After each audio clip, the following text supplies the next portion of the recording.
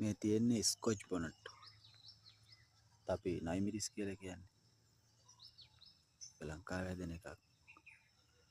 මේ හදලා තියෙන නෙට් එකක් ග්‍රීන් හවුස් එකක් නැතුව බෙහෙත් පොහොර දාන්න නැතුව හදලා තියෙන්නේ. ඒක තියෙන්නේ අනුරාධපුරේ. ඉතින් අපි හිතනවා මේ නෙට් ගහන්න ඕනේ ග්‍රීන් හවුස් වල දාගන්න ඕනේ. 150යි නෙට් එක ගහන්න ඕනේ කියලා. නෑ තනි කර අවු හැදෙන්නේ මේක. ගොම පොහොර ටිකක් විතරයි දාලා තියෙන්නේ. බලන්න හොඳට ගෙඩි අල්ලලා තියෙනවා.